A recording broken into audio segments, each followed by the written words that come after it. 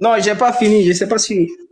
Voilà. Donc, je disais, le Benjé pendant la colonisation, les gens ont fait promener Benjé dans le Mali, je vous dis. Qu'est-ce que ce gars-là, il a souffert? Il était à la recherche, en fait, de la capitale de cet empire fantasmagorique, là.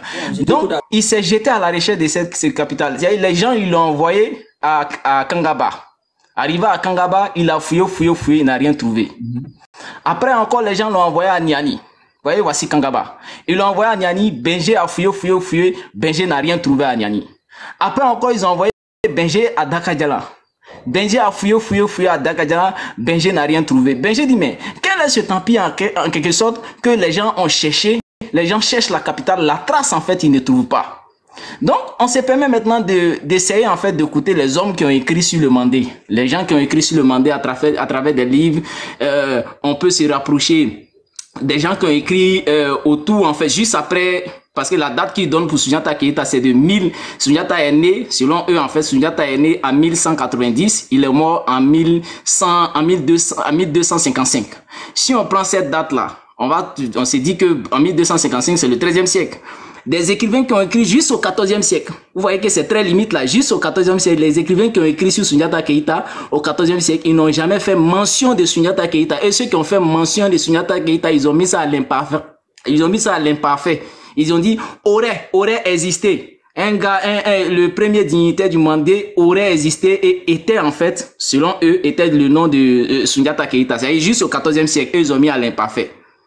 Et ceux qui ont écrit, également, il y a d'autres qui ont écrit au 15e siècle, au 16e siècle, jusqu'au 17e siècle, tels que les Tariq el-Soudan et bien d'autres. Ils n'ont rien dit en fait de Soundiata Keita. Mais si des gens étaient plus proches de Soundiata Keita, plus proches de l'époque de Soundiata Keita, ils n'ont rien trouvé de Soundiata Keita. Pourquoi c'est vous, des hommes en fait du 21e siècle, vous venez en fait parler de Soundiata Keita comme quelqu'un qui a exactement existé? Et vous voyez, les grands hommes de lettres du Sénégal qui sont passés, tels que Cheikh Anta Diop.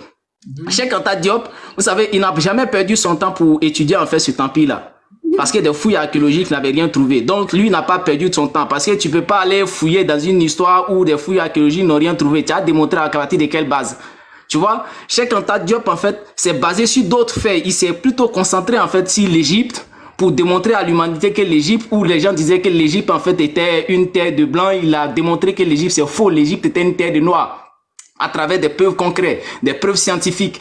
Et pour ce qui concerne l'histoire du Mandé, là, il savait que c'était des faits fantasmagoriques. C'est pour ça que Camara là, il a écrit l'épopée Mandé. Camara là, il a aussi écrit l'épopée Mandé. Au-delà de ça, Djibril Tamsi Niang aussi est venu écrire épopée Mandé. C'est-à-dire que tous les grands hommes de lettres là, ils ont écrit épopée. OPP là, ça veut dire quoi? Vous ne savez pas ce qui signifie OPP? Quand on dit épopée, c'est quoi? Ce sont des faits fantasmagoriques, des faits imaginaires, des choses qui n'ont pas existé. Ces grands hommes de lettres là, qui sommes-nous en fait devant ceux-là? Peut-être qu'on peut faire des choses pour nous rapprocher de ceux-là, mais eux ils ont dit, ils ont parlé d'épopée. Ouais. Épopée, selon le Larousse, ça veut dire long récit poétique d'aventure héroïque où intervient le merveilleux. Tu vois? Donc, c'est comme ça. Ce sont des choses en fait qui n'ont jamais existé. Il n'y a jamais eu, on répète encore, il n'y a jamais eu d'empire mandingue. Jamais. Les cartes qu'on nous présente, ce sont des cartes qui n'ont jamais été vraies. Ça fait deux. Soundiata Keita n'a jamais existé. Sinon, s'il avait existé, on aurait eu des traces de lui.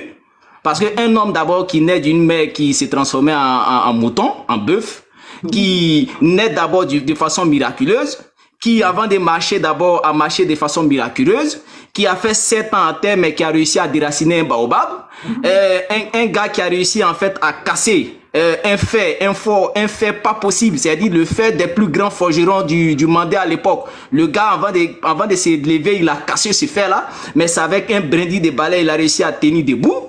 Un gars qui a combattu un seul combat qu'il a fait avec Soumaoro Kanté. Or, quand vous regardez, déjà en 1203, Soumaoro Kanté en fait était déjà grand empereur. Il avait déjà botté beaucoup en fait des royaumes en 1203. Soundiata Keita, la bataille de Krina s'est passée en 1235. Donc ça veut dire que Soumaoro, autour de 1235, ce dernier avait 75 ans ou 80 ans. Un jeune qui se bat avec quelqu'un de 80 ans, mais ce vieux en fait réussit à disparaître parmi les grottes, sur des montagnes. Bon, moi, je me demande comment ce vieux a réussi à monter sur les montagnes alors que le jeune n'a pas pu rattraper ce vieux. C'est encore des faits fantasmagoriques. Encore, le gars, il meurt d'une manière subtile. Quelqu'un qui appelait des génies, qui avait des sifflets, qui négociait avec des génies, a réussi à se noyer dans un fleuve. Bon, son existence, on n'a rien trouvé. Sa mort, on n'a pas trouvé de tombe. Les traces de son passage, on n'a rien trouvé. Mais vous nous prenez pour qui? C'est le problème qu'on se demande. Vous nous prenez pour qui? Mais ça là, est-ce qu'on est obligé d'aller dire à quelqu'un que c'est un conte? Mais les contes là, c'est comme ça commence d'une manière imaginaire, ça finit d'une manière imaginaire. C'est comme ça les contes. Vous voulez répondre à qui pour démontrer quelque chose de on peut répondre maintenant. Non, attendez. Fanny Cissé, là-bas. Fanny Cissé, allez te mute, Fanny Cissé. Fanny Cissé, allez te mute, s'il te plaît. Voilà. Attends. Toi, ce que tu as raconté ici, là, même, là, laisse tomber. C'est-à-dire que vous croyez que parce qu'aujourd'hui vous trouvez des gens qui se réclament mandins, par exemple au sud de la Côte d'Ivoire ou bien au Ghana, forcément votre empire était jusqu'à là-bas. Non, faut savoir que depuis les guerres coloniales là, il y a eu beaucoup de dispersion. Les gens ont migré pour aller se chercher. C'est pas parce que vous trouvez des moussis au sud de la Côte d'Ivoire que vous allez dire que les moussis sont originaires, à l'origine ils étaient au sud de la Côte d'Ivoire. Non, ils sont allés chercher là-bas, ils sont allés se chercher. Voilà, donc il y a des Guinéens, par exemple, des peuples d'origine de Guinée qui sont aujourd'hui à Dakar. Mais c'est pas parce qu'ils étaient originaires de là-bas à l'origine, c'est parce qu'ils ont migré à cause des problèmes. Donc, c'est pas dire qu'il y avait un empire de Guinée qui allait jusqu'à Dakar. Voilà. Donc, il faut un peu réfléchir, quoi. Fanny Cissé, on t'écoute. On a ça pour éclaircir un peu quelque chose, parce qu'il a donné un enseignement très profond plutôt, donc je voulais un peu souligner sur ça un peu. Mais non, mais ce que toi t'as dit là, en fait, n'a même pas répondu à la question. Nous, on vous a demandé... Non, ce que je vais ajouter là, écoute, une minute seulement. Ouba. Nous, on vous a montré les traces archéologiques des différents empires. Bénin, on a montré les traces du Bénin, on a montré Monomotapa, on a montré les traces du Monomotapa, on a montré les traces de l'empire du Ghana, on a montré même les traces du petit royaume de Kénédougou.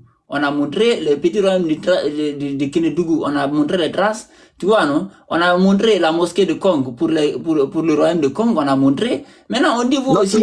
En fait, il a cité quelques historiens. Il a cité quelques historiens tout à l'heure. Il a cité, par exemple... Le débat des historiens, là, est-ce que tu as des preuves? Parce que c'est pas parce que quelqu'un a écrit... Oui, mais c'est des preuves là que je veux parler, n'est-ce pas? Je veux parler de ces preuves-là. Les preuves tangibles. Tu connais l'île Nord Sentinelle, n'est-ce pas? Nord Sentinelle, dans l'océan Indien, l'île Nord Sentinelle. Mon frère, tu nous amènes à l'océan Indien maintenant. Non, c'est un fait, je vais un peu retracer, quoi. Je vais tracer un petit fait rapide. Vous n'avez pas eu de gros palais, d'une grosse ville où il y a des traces archéologiques, des trucs comme ça, qui prouvent que voilà, ça existait? Hein? Tu nous envoies jusqu'à l'océan Indien qu'on a découvert, île de non-sentinelle qu'on a découvert dans les années 2000.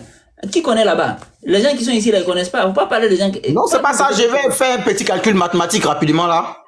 Bon, fais ton calcul. D'accord. Nord Sentinelle, là, il y a eu forcément des recherches. On dit que c'est une île qui est habitée depuis plus de 10 000 ans aujourd'hui, mais la population du Nord Sentinelle, là, si on fait les calculs mathématiques, ça ne correspond pas. Il y a plusieurs scientifiques. En fait, c'est que je vais vous dire... Attends, je te rectifie là-bas. La population de l'île continue Nord Sentinelle, là, ça veut pas dire qu'ils n'étaient pas en contact avec la terre, hein, les gens qui habitaient le sol. Les gens qui habitaient le sol, ils connaissent qu'il y a l'île là. C'est qu'ils étaient en rapport, hein. C'est pas que ils ont été isolés pendant 10 000 ans. Non. Ils se connaissaient, ils prenaient des bateaux pour aller là-bas. C'est juste que les habitants du sud, les habitants du côte, ils disaient qu'ils ont dit aux gens qui ont essayé de découvrir là-bas, non, les gars là, ils aiment pas les autres, quoi, en fait. Tu comprends, non? Donc, c'est juste ça. Mais c'est pas des gens qui vivaient en autarcie pendant 10 000 ans. Non. Et puis aussi, laisse tomber ça là. Nous, c'est pas tout ça là, notre question. Si nous, ce qu'on veut, c'est des traces archéologiques qui prouvent, hormis les petits villages que vous nous montrez là, comme les Djakabal là. D'accord, il n'y a pas de problème. D'abord, on a dit tout à l'heure que l'existence d'un empire de sa population, quand on parle des populations mandingues dans d'autres pays là, ce n'est pas comme s'ils sont là, ils n'ont pas d'autres. On parle d'une zone à forte influence avec des villages qui sont posés il y a des centaines d'années dans ces pays là. Donc ça, ce n'est pas une preuve que Sidi a apporté là. On va laisser sur ça aussi. Et quand il a cité ces scientifiques, il a parlé d'un scientifique qui allait prouver que l'Égypte était noire. Laisse-moi lui dire que l'Égypte noire là, c'est une histoire qui existe depuis l'époque même de l'Égypte ancienne. C'est-à-dire, depuis l'Égypte ancienne, là, tout le monde sait que l'Égypte est noire. C'est des nouveaux... Merci pour ton intervention sur l'Égypte, mais tu es toujours hors sujet, en fait. Tu vois, non? Tu sautes de l'Asie à l'Égypte. Bon, Inaba, bonjour. Ah, bonjour Lamine. Ça va? Oui, ça va bien, merci. Ok, content de te voir. Bon, je te Ok, vois pas, moi je aussi. te vois pas, en fait, je t'entends. Ah, je suis là aussi pour donner mon avis hein, sur l'histoire du Manding là. Voilà, donc tu as compris un peu ce qu'on dit ici. On dit que tous les autres anciens empires là, comme l'empire du Ghana là, l'empire du Ghana, on sait que ça existait pourquoi? Parce qu'on a Kumbi Salé, la capitale qui était au sud de la Mauritanie, la Kumbi Salé, il y a les archéologies qu'on étudie là-bas. On a la trace de l'empire du Monomotapa, qui a existé à peu près la même période que l'empire soi-disant Manding. Mais on a les traces de construction, on a les traces là qui ont existé, ça prouve que ça existait. On a les traces de même le royaume de Kénédougou là, Kénédougou qui est en 1600 ici, 1600 1898 là, des Sénoufos là, vers Sikasso là. Ils ont les murs, ils ont les trucs qu'ils ont fait jusqu'au temps de la colonisation, on a les traces qui prouvent que ça existait. On a le royaume du Bénin, le royaume Edo au Bénin. Le royaume Edo au Bénin, on a les traces qui prouvent que ça existait. Les trucs que même les Blancs avaient pris, ils sont en train de restituer aujourd'hui. Voilà, on a les murs qu'ils avaient fait pour entourer les royaumes. Voilà, on a les murs là. Maintenant, quand on part dans l'Empire Manding, et ils nous présentent quoi? Et ils nous présentent Kolikro. Kolikro, voilà, Kolikro, un village paumé. Ils nous présentent à Kangaba, un village paumé. Ils nous présentent quoi encore? Ils nous présentent Niani, un village paumé. Ils nous présentent quoi encore? Ils nous présentent Dakadjala, un village paumé. Après, quand tu parles trop, ils te présentent un trou dans la montagne. Quand tu parles trop, ils te présentent deux cailloux, qui dit Kunkanfuga, deux cailloux posés au sol. Bon, enterrés, c'est même pas comment c'est arrivé à deux cailloux là. Mais ils disent que la charte du Kunkanfuga aurait été déclarée entre ces deux cailloux là. Donc, on n'a aucune preuve tangible qui prouve que ce soi-disant empire a existé, ni son fondateur.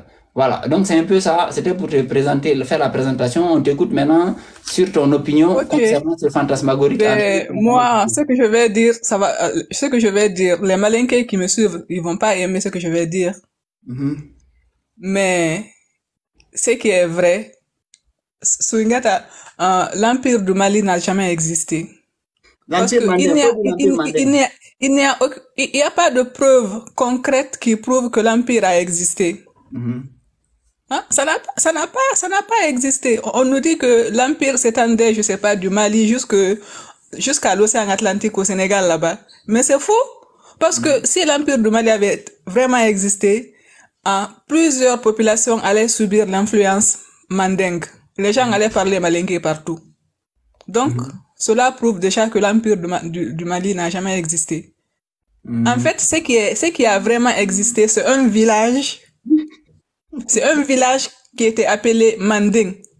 C'est un village Kakolo. Tu vois? Les Kakolo, là, c'est des populations de chasseurs. On nous fait croire que ces populations de chasseurs sont issues des Soninké, en tout cas, qui sont originaires de l'Afrique du Nord. Mais c'est faux. Quand tu vois leur apparence physique, ils n'ont rien à voir avec les populations de l'Afrique du Nord. En tout cas, du Sahara. Ça se voit que c'est des populations bantoues. Ils sont originaires du Sud.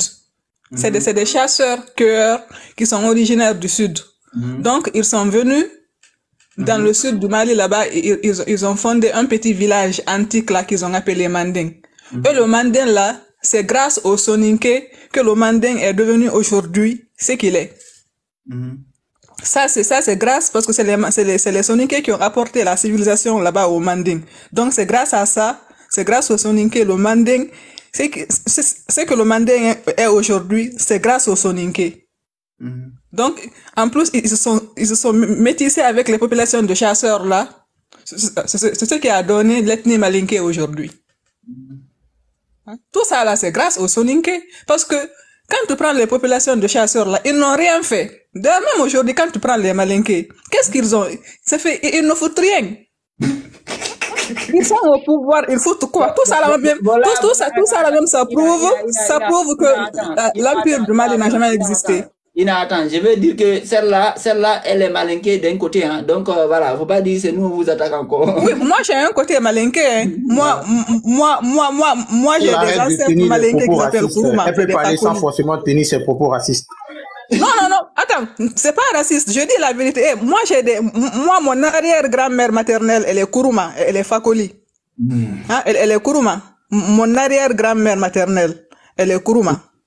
Voilà quoi. Mais il faut dire la vérité. Qu'est-ce qui se trouve au Mandé?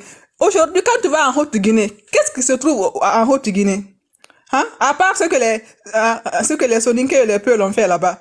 Qu'est-ce qui se trouve en Haute-Guinée? Hein? Les vrais Malinké là qu'on appelle Kakolo, ils ont fait quoi? Hein? À part faire leur culte animiste là, de faire leur truc de chasseur, de sorcellerie, ils ont fait quoi? Hein? Il n'y a rien qui prouve que l'Empire du Mali a existé. Rien ne prouve qu'il a existé. Hein? Déjà, même le fait, leur façon de réfléchir, leur façon de se comporter, ça prouve qu'ils ne peuvent pas fonder un empire. C'est pas possible. Hein? Leur mentalité, leur sociologie prouve, hein? Leur mentalité, leur sociologie, ça prouve qu'ils ne peuvent pas gérer des empires. Ils ne peuvent pas fonder des empires. Lamine, hein? il y a de Il faut qu'on dise la vérité à nos parents malinqués, mais l'Empire du Mali, c'est un mythe fondateur. C'est un mythe fondateur, ça a été créé pour nourrir l'ego surdimensionné des malinqués. C'est tout. C'est tout. Mais ça n'a jamais, ce qui a existé, c'est un village qu'on a appelé Manding. C'est un village Kakolo nommé Manding. C'est ce qui a existé. Et c'est les Soninké qui ont donné de l'importance à ce village-là. C'est ce qui a existé. Okay. Mais Empire n'a jamais existé. Ça n'a jamais existé. C'est un village qui a existé. Merci. C'est grâce aux Soninké, le village là s'est agrandi. C'est grâce aux Soninké, le village là s'est agrandi. Sinon, même aujourd'hui, Manding, ça veut dire quoi? C'est juste une idéologie, Manding. Quand on dit Manding, c'est juste une idéologie, hein. C'est comme quand tu dis, quand tu viens en France, quand on te parle d'Astérix et d'Obélix, c'est des mythes fondateurs. C'est juste des idéologies. Hein, c'est juste des idéologies. Dans la réalité, ça n'existe pas. Manding, c'est quand on dit Manding là, c'est une idéologie. C'est juste une idéologie pour donner de la grandeur aux Malinké. C'est juste ça. Sinon, du point de vue géographique là, Manding c'est un petit village. C'est juste un petit. Peut-être aujourd'hui le village a changé de nom. Sûrement le village a changé de nom, mais c'était juste un petit village et rien du tout. Manding c'est une idéologie, hein. Manding, quand on dit Manding, c'est une idéologie. Ça s'arrête là. Désolé pour mes parents malinqués. Ouais, mais Manding, un petit village qui se trouve dans 12 pays différents. C'est ça, un petit village? Là, vous êtes drôle, je te jure. Ah, vous êtes non, vraiment... mais c'est une idéologie. Ridicule. Mais c'est des voitures, c'est des commerçants. Madame, Si les Malinqués se trouvent un peu partout en Afrique de l'Ouest, mais c'est des commerçants, c'est des voyageurs, c'est à cause de ça. Si on les retrouve en Guinée, si on les retrouve au Sénégal, ben c'est parce que c'est des commerçants. Mais tout ça là, c'est grâce aux Soninké. C'est les Soninké qui les ont appris à faire du commerce. Sinon, c'est des simples chasseurs. Hein? C'est des simples chasseurs. C'est grâce aux Soninké ils ont appris le commerce. C'est pour cela qu'ils sont devenus des voyageurs. Sinon, ils étaient juste dans leur petit village mandin là. Ils faisaient leur sorcellerie et leur chasse là-bas. Mais c'est grâce aux Soninké ils ont appris le commerce. Hein? Ils ont, comment on appelle, ils ont pratiqué l'islam. Après, ils ont commencé à voyager pour faire leur commerce un peu partout en Afrique de l'Ouest. C'est tout, hein. Tout ça là, c'est grâce aux Soninké. Hein. C'est grâce aux Soninké le Manding est devenu ce qu'il est aujourd'hui. C'est plus nombreux que eux. Hein? Pourquoi? En plus, il faut préciser que les Soninké, c'est pas des Mandingues. Pourquoi la langue, pourquoi on parle plus des Mandingues que des Soninké? Les Soninké, c'est pas des Mandingues. Merci. C'est pas des Mandingues, les Soninké. Voilà, merci. T'as Voilà, moi, c'est ça que j'avais à dire. Merci. Désolé si j'ai choqué les Malinqués, mais... Merci. Ils doivent accepter. Moi, j'aime l'objectivité des gens. Merci. Kouyaté Moussa, tu veux intervenir ou pas? Comme tu étais là depuis là, tu parles pas là. Oui. Le sujet, ça m'intéresse beaucoup. Donc, je suis resté quand même. Mais